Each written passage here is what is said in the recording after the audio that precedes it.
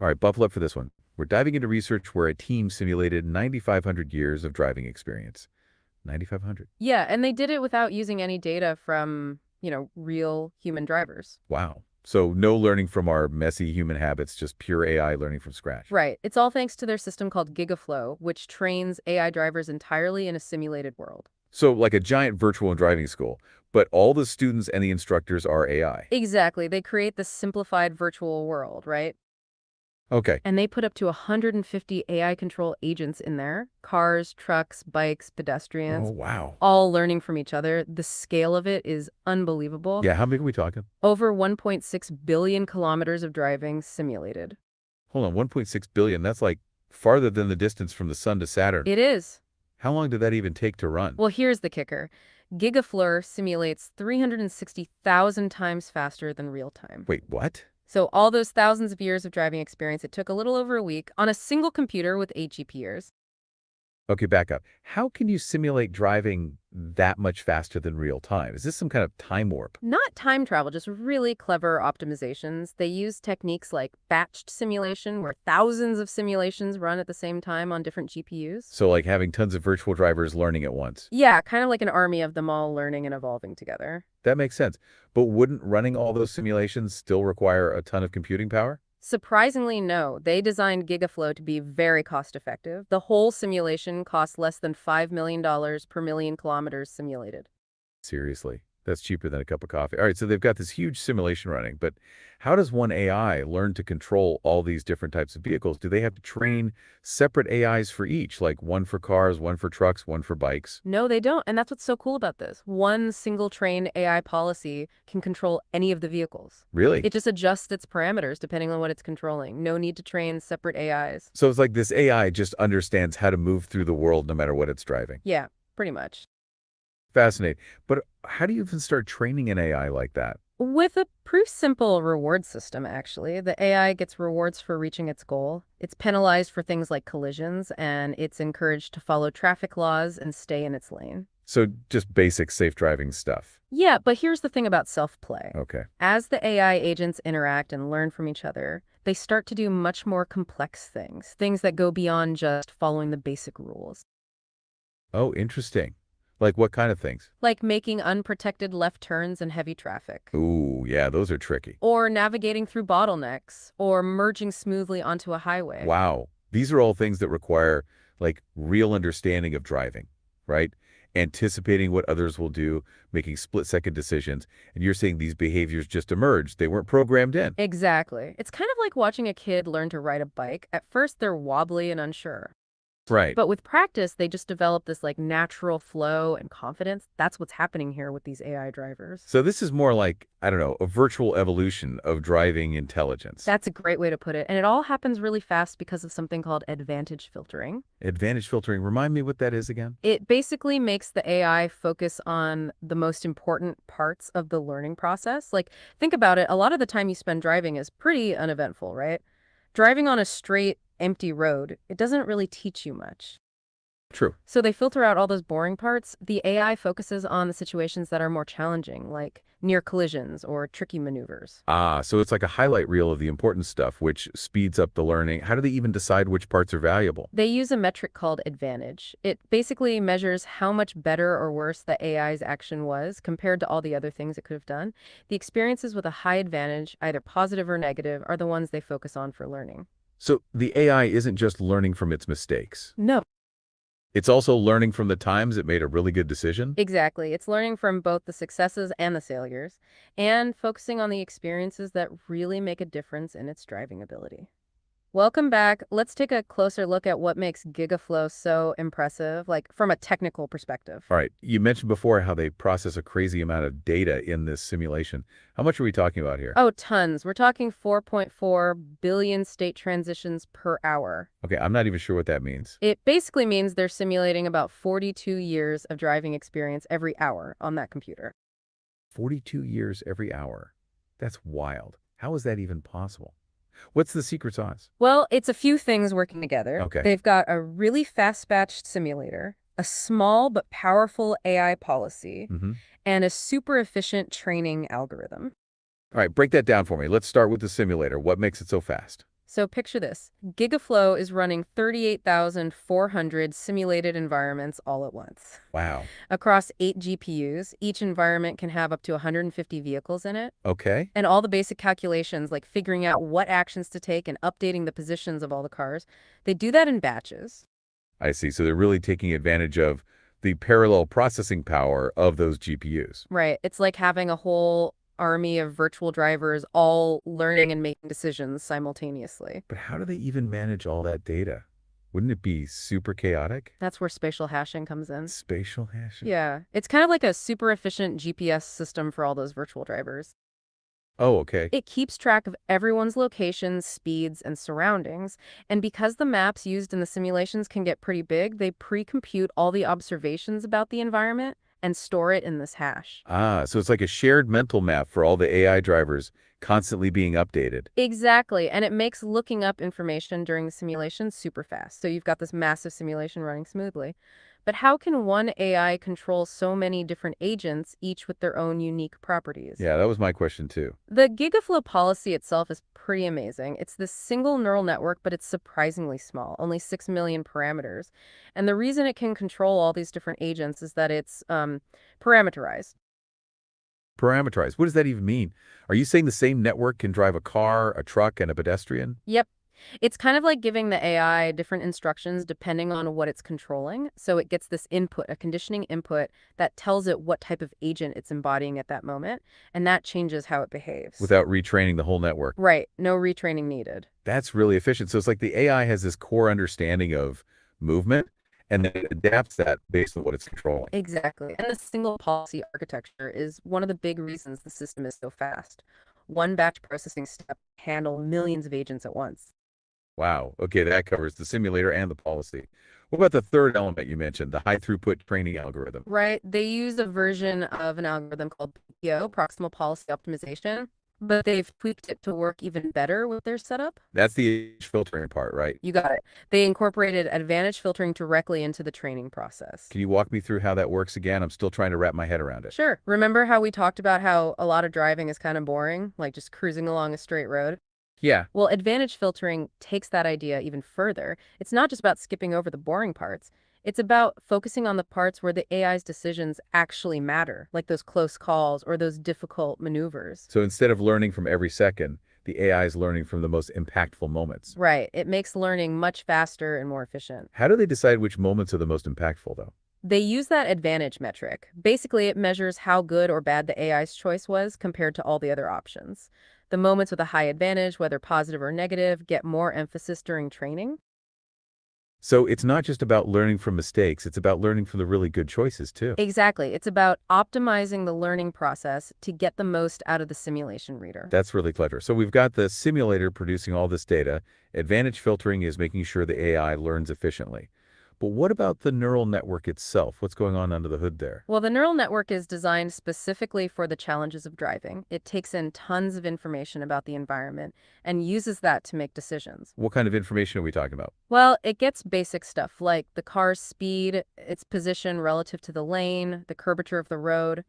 So the basic physics of driving, essentially. Right, but it also gets more complex information like a detailed map of the surrounding area, lane markings, road boundaries, traffic lights. So it's like it has a mental map of the whole environment. Exactly. And it's not just a static map. The AI also gets information about the movements of other agents in the environment. Cars, pedestrians, cyclists. So it's aware of everything that's moving around it. That seems like a lot to process. It is, but the network is designed to handle it efficiently. For example, instead of keeping the entire map in memory, it uses these pre-computed representations that it can access really quickly based on the AI's current location.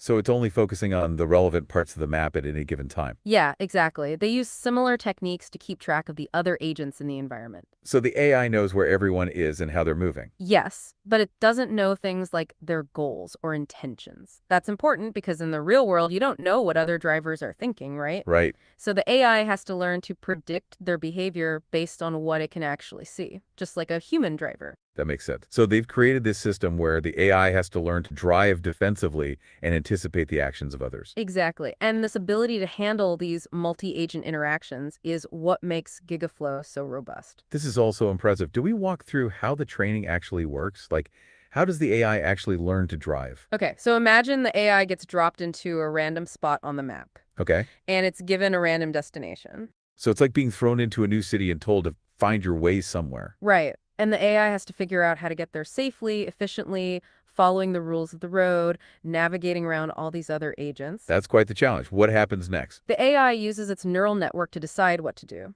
Accelerate, brake, turn left, turn right, some combination of those. Okay. And then the simulator updates the world based on that action. So it's constantly making decisions and seeing the results of those decisions. Exactly. And based on what happens, it gets either a reward or a penalty. Remember, rewards for reaching goals, penalties for things like collisions. So it's learning through trial and error, basically. Yeah, but at a massively accelerated pace. That's the beauty of simulation. It can cram years of experience into just a few days. Okay, so the AI is driving, making decisions, getting feedback. How does it actually improve? How does it get better at driving? That's where the reinforcement learning part comes in. The AI uses all that feedback, those rewards and penalties, to adjust its neural network. So it's constantly refining its ability to choose actions that lead to good outcomes. It's like it's constantly analyzing its own driving and making adjustments to improve. Exactly. And because it's learning from such a diverse set of experiences, it becomes a much more robust driver than systems trained using traditional methods. This is starting to sound like we're on the verge of rereading some truly intelligent self-driving cars. But how does this all translate to the real world? That's the real test, right? Absolutely. And that's exactly what we're going to explore next. We'll see how Gigaflow performs when it's faced with the complexities of real-world driving scenarios. All right, so we've spent the last two parts learning about this Gigaflow system, simulating thousands of years of driving experience in a virtual world. But the big question is, can this AI, trained entirely in simulation, actually handle driving in the real world? Yeah, that's the key, right? To find out, they tested Gigaflow on 3 different benchmarks for autonomous driving. Okay. Carla, New Plan, and Waymo's Waymax. I've heard of those. They're not easy tests, are they? Nope, not at all. Each benchmark has its own challenges. Like what? Well, Carla tests the AI on longer driving scenarios with things like pedestrians suddenly jaywalking or cars swerving unexpectedly. Oh, New Plan uses real-world map data and has more reactive, less predictable traffic. It's closer to real driving conditions. makes sense. And Waymo's Waymax. What's that one about? Waymax uses a huge amount of real-world driving data from Waymo's self-driving car. So it's like a library of the hardest and most varied driving situations they've encountered. So they're throwing some really tough challenges at this AI, and it's all data from real-world systems. Exactly. But they didn't try to change Gigaflow for these tests, right? Like fine-tune it. No, they didn't. They wanted to see how well it could adapt to new situations, so they ran it zero shot. Meaning, Meaning Gigaflow had never seen any of the data from these benchmarks before. It was going in totally blind. wow, that's a bold move. Usually AIs are trained on the specific benchmarks they're going to be tested on. So how did Gigaflow do? This is the really cool part. Gigaflow, even though it was trained entirely in a simulation, it actually beat AI systems that were specifically trained on real-world data. On all 3 benchmarks, Seriously, an AI trained in a simulation outperforms systems trained on real data? How is that even possible? well, think about it. Gigaflow went through so much training, right? Billions of kilometers, thousands of years of experience. So it developed a really broad and adaptable understanding of driving, more so than those systems trained on smaller real-world data sets. Okay, I could see that. But did it actually drive like a human? Or was it just following the rules really rigidly? To find that out, they looked closely at how the AI was making decisions, and they found some amazing stuff. Gigaflow was doing things that you'd expect from a human driver, making unprotected left turns in busy traffic, navigating bottlenecks, merging smoothly into traffic. So it wasn't just following a set of rules, it was making strategic decisions based on the situation like a person would. Yeah, exactly. And it wasn't just reacting to what was right in front of it either. It was actually planning ahead, anticipating future events, and making decisions based on that. You mean like changing its route based on traffic further down the road? Yeah, things like that. That's really impressive. What about safety? Did it ever make any mistakes with all this complex driving? Well, one of the most impressive findings was Gigaflow's safety record. They ran these long simulations designed to really push it to its limits. Okay. And the average time between accidents for the Gigaflow agents was 17.5 years. 17.5 years. That's way better than the average human driver. How do they measure that in the simulation? They set up a special testing environment within Gigaflow designed for long-term safety. They removed some of the randomness from the training environment, sped up how fast the AI made decisions to be more like real-world conditions, and they really emphasized safe driving in the reward system. So it was like a super intense driving exam, and Gigaflow aced it. Exactly. It was incredibly stable, consistently avoided accidents, which really shows how powerful self-play and reinforcement learning can be for creating safe AI systems. This is all amazing, but realistically, are we going to have Gigaflow-powered cars on the roads anytime soon? Maybe not tomorrow, but the research is incredibly promising. Sure. I mean, Gigaflow was trained in a simplified. Oh, wait. Someone wants to join. Hey, go for it. Hey, thank you for your sharing. And can we talk about the word initialization?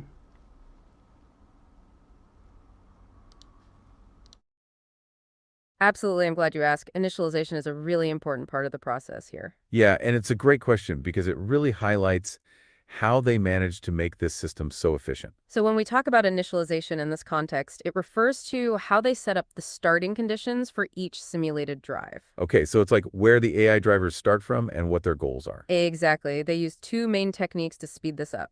First, they create a big pool of random starting points, and then they pull from that pool as they need new initial positions for each car. Oh, so instead of generating each starting position from scratch every time, they have this pre-made buffer. Exactly. That saves a lot of computing time. Got it. And then the second part is how they place all the cars without having them all start in a pileup. Yeah, that makes sense. You wouldn't want a massive crash before the simulation even gets started. Right. They use something called sequential rejection sampling, where they add one car at a time, making sure it's not colliding with any existing cars. So it's like carefully placing each car so that everyone is starting in a safe spot. Yeah, these smart methods allowed them to keep the simulation running smoothly without constant crashes and restarts, letting them get to that massive scale we talked about. Okay, that makes sense. So it's not just about having a cool AI, it's also about setting up the simulation in a smart way. Exactly. Now, back to where we were, Gigaflow was trained in a simplified version of reality, right? So there's still work to do to bridge the gap between simulation and real-world driving. So how do they do that? How do they make the jump from the virtual world to the real world? Well, the researchers have some ideas. For one, they want to use more realistic sensor data in the simulations. Okay. So instead of having perfect information about the environment, the AI would have to make decisions based on data from cameras, LiDAR, things like that, like a real self-driving car. So it would be like experiencing the messiness of the real world, but still in a safe, simulated setting. Right. Another idea is to combine self-play with real-world driving data. Interesting. So not just one or the other, but a mix of both. Exactly. Like maybe use imitation learning, where the AI learns by watching human drivers, or incorporate actual real-world driving scenarios. Oh, yeah. So can we just wrap up and give the conclusion? Of course, I understand you're ready for the wrap-up. Yeah, we can definitely get to that conclusion for you now. Before we do, though, I think it's worth briefly mentioning the other ideas the researchers had. Yeah, just to tie it all together. So they were thinking about things like incorporating more real-world sensor data. Right, so like camera and LiDAR data. And they also wanted to explore combining the self-play with actual driving data. Exactly, things like imitation learning and incorporating real-world scenarios directly into the simulation. But okay, with that said, let's get to the big takeaway. This has been a deep dive, right? Absolutely, we've covered so much ground. Yeah. From the crazy scale of the Gigaflow simulations, where they racked up thousands of years of driving experience, To how they used this innovative self-play method to train a powerful AI. and how that AI, even though it was trained only in a virtual world, actually outperformed systems that were trained on real-world data. It really does show the potential for self-play and AI to revolutionize the future of transportation. It really is incredible. This research shows that we're getting closer to safe and reliable self-driving cars. And it's all thanks to this innovative system and the researchers who developed it. So that wraps up our deep dive for today. Thanks for joining us and engaging with us. Yes, it was great to have you along for the ride. Keep exploring, keep learning, and we'll see you next time. Thanks again, and goodbye for now.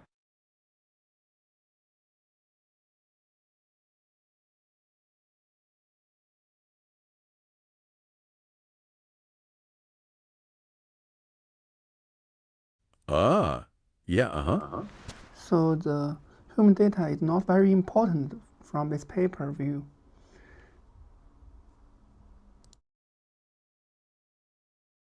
That's a really insightful point, and it gets to the heart of this research. Yeah, it's not that human driving data is completely unimportant, but this paper really challenges the traditional idea that it's absolutely essential. Right, like usually you'd think an AI would need to learn from tons of human driving examples. And while human data can be helpful, this work shows that a lot of really robust and complex driving behaviors can emerge purely from self-play. So the AI is learning from its own experiences in the simulated world.